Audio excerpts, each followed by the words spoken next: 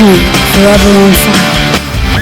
CM ವಿರುದ್ಧ ಪ್ರಾಸಿಕ್ಯೂಷನ್ಗೆ ಅನುಮತಿ ನೀಡಿರುವ ಪ್ರಕರಣ ರಾಜ್ಯಪಾಲ ಥಾವರ್ಚಂದ್ ಗೆಹ್ಲೋಟ್ ಆದೇಶವನ್ನು ಪ್ರಶ್ನಿಸಿ ರಿಟ್ ಅರ್ಜಿಯನ್ನು ಸಲ್ಲಿಕೆ ಮಾಡಲಾಗ್ತಿದೆ.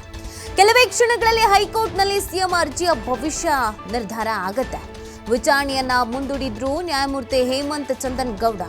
ರಿಟ್ ಅರ್ಜಿ ವಿಚಾರಣೆ ತುರ್ತಾಗಿ ಕೈಗೆತ್ತಿಕೊಳ್ಳುವಂತೆ ಸಿಎಂ ಪರ ವಕೀಲರು ಮನವಿ ಮಾಡಿಕೊಳ್ಳಲಾಗಿತ್ತು.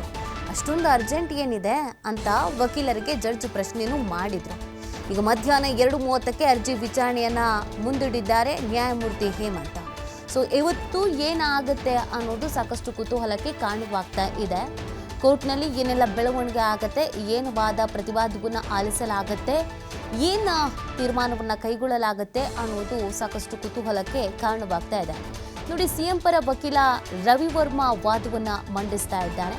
ಕಾನೂನು ಹೋರಾಟವನ್ನು ಮಾಡೋದಕ್ಕೆ ನಾವು ಸಕಲ ಸಿದ್ಧತೆಯನ್ನು ಮಾಡ್ಕೊಂಡಿದ್ದೀವಿ, ತಯಾರಾಗಿದ್ದೀವಿ ಅನ್ನೋದನ್ನು ಸಿಎಂ ಸಿದ್ದರಾಮಯ್ಯ ಸೇರಿದಂತೆ ಅನೇಕ ಕಾಂಗ್ರೆಸ್ನ ನಾಯಕರುಗಳು ಕೂಡ ಹೇಳಿದರು. ಇದಕ್ಕೆ ಸಂಬಂಧಪಟ್ಟಂತೆ ಹಿರಿಯ ವಕೀಲರು, ಕಾನೂನು ತಜ್ಞರು ಇವರೆಲ್ಲರ ಸಲಹೆಯನ್ನು ಕೂಡ ಪಡ್ಕೊಳ್ಳಲಾಗಿದೆ. ಏನೇನು ಆಪ್ಷನ್ಸ್ ಇದೆ, ಯಾವ ರೀತಿಯಾಗಿ ಕಾನೂನು ಹೋರಾಟವನ್ನು ಮಾಡಬಹುದು, ಈ ಸಂಕಷ್ಟದಿಂದ ಹೇಗೆ ಹೊರಗೆ ಬರಬಹುದು, ಇದೆಲ್ಲದ್ರ ಬಗ್ಗೆ ಆಲ್ರೆಡಿ ಚರ್ಚೆಗಳು ಆಗಿದೆ. ಸೊ ಅದರ ಮುಂದುವರೆದ ಭಾಗವಾಗಿ ರಿಟ್ ಅರ್ಜಿಯನ್ನು ಸಲ್ಲಿಕೆ ಮಾಡಿರುವಂಥದ್ದು. ಅದರ ಅರ್ಜಿಯ ವಿಚಾರಣೆ ಇವತ್ತು ಮಧ್ಯಾಹ್ನ 2:30ಕ್ಕೆ ಪ್ರಾರಂಭ ಆಗತ್ತೆ ಅನ್ನೋದನ್ನು ಹೇಳಲಾಗ್ತಿದೆ. ಬಿಕಾಸ್ 2:30ಕ್ಕೆ ವಿಚಾರಣೆಯನ್ನು ಮುಂದೂಡಲಾಗಿತ್ತು. ಸೊ ಇದೀಗ ಸಿಎಂ ಪರ ವಕೀಲ ರವಿ ವರ್ಮಾ ವಾದವನ್ನು ಮಂಡಿಸ್ತಾ ಇದ್ದಾರೆ. ಈಗ ರಾಜ್ಯಪಾಲರು ಅನುಮತಿ ನೀಡಿರುವಂಥ ಹಿನ್ನೆಲೆಯಲ್ಲಿ ಸಿದ್ದರಾಮಯ್ಯನವರಿಗೆ ಇರುವಂಥ ಆಪ್ಷನ್ ಅಂತ ಅಂದರೆ ಅದು ಕಾನೂನು ಹೋರಾಟವೇ. ಸೊ ಏನು ಕಾನೂನು ಹೋರಾಟವನ್ನು ಮಾಡಬಹುದು, ಏನೆಲ್ಲ ಆಪ್ಷನ್ಸ್ ಇದೆ, ಯಾವ ರೀತಿಯಾದಂಥ ವಾದವನ್ನು ಮಂಡಿಸಬಹುದು ಅನ್ನೋದನ್ನು ನೋಡೋದಾದರೆ, ಈ ರಾಜ್ಯಪಾಲರು ಅನುಮತಿ ನೀಡುವ ಮುನ್ನ ಕಾನೂನು ಪ್ರಕ್ರಿಯೆ ಪಾಲಿಸಿಲ್ಲ.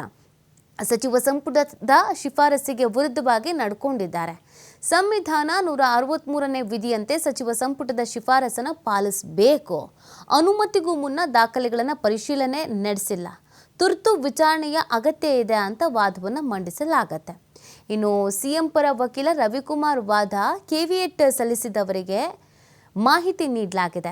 ರಾಜ್ಯಪಾಲರ ಕಚೇರಿಗೂ ಅರ್ಜಿಯ ಪ್ರತಿಯನ್ನು ಸಲ್ಲಿಸಲಾಗಿದೆ. ಸೊ ಇಷ್ಟು ಪ್ರಮುಖವಾದಂಥ ವಿಚಾರ ಆಗಿರೋದು. ಹಾಗಾಗಿ ಇವತ್ತು ಏನು ಚರ್ಚೆಯನ್ನು ಮಾಡಲಾಗುತ್ತೆ, ವಾದ ಮತ್ತು ಪ್ರತಿವಾದ ಹೇಗಿರುತ್ತೆ, ಅದಕ್ಕೆ ಏನು ತೀರ್ಪನ್ನು ಕೊಡಬಹುದು ಅನ್ನೋದು ಸಾಕಷ್ಟು ಕುತೂಹಲಕ್ಕೆ ಕಾರಣವಾಗ್ತಾ ಇದೆ.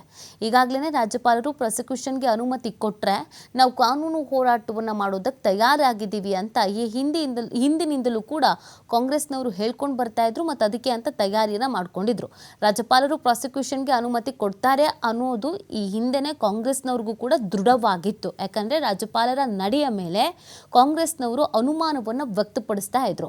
ರಾಜ್ಯಪಾಲರ ಮೇಲೆ ಒತ್ತಡ ಇದೆ, ಬಿಜೆಪಿಯವರು ಒತ್ತಡ ಹೇರುವಂಥ ಕೆಲಸವನ್ನು ಮಾಡ್ತಾ ಇದ್ದಾರೆ, ಬಿಜೆಪಿಯ ಕೈಗೊಂಬೆ ಆಗಿದ್ದಾರೆ ರಾಜ್ಯಪಾಲರು, ಈ ಥರದ್ದೆಲ್ಲ ವಿಚಾರಗಳು ಮುನ್ನೆಲೆಗೆ ಬರ್ತಾ ಇತ್ತು.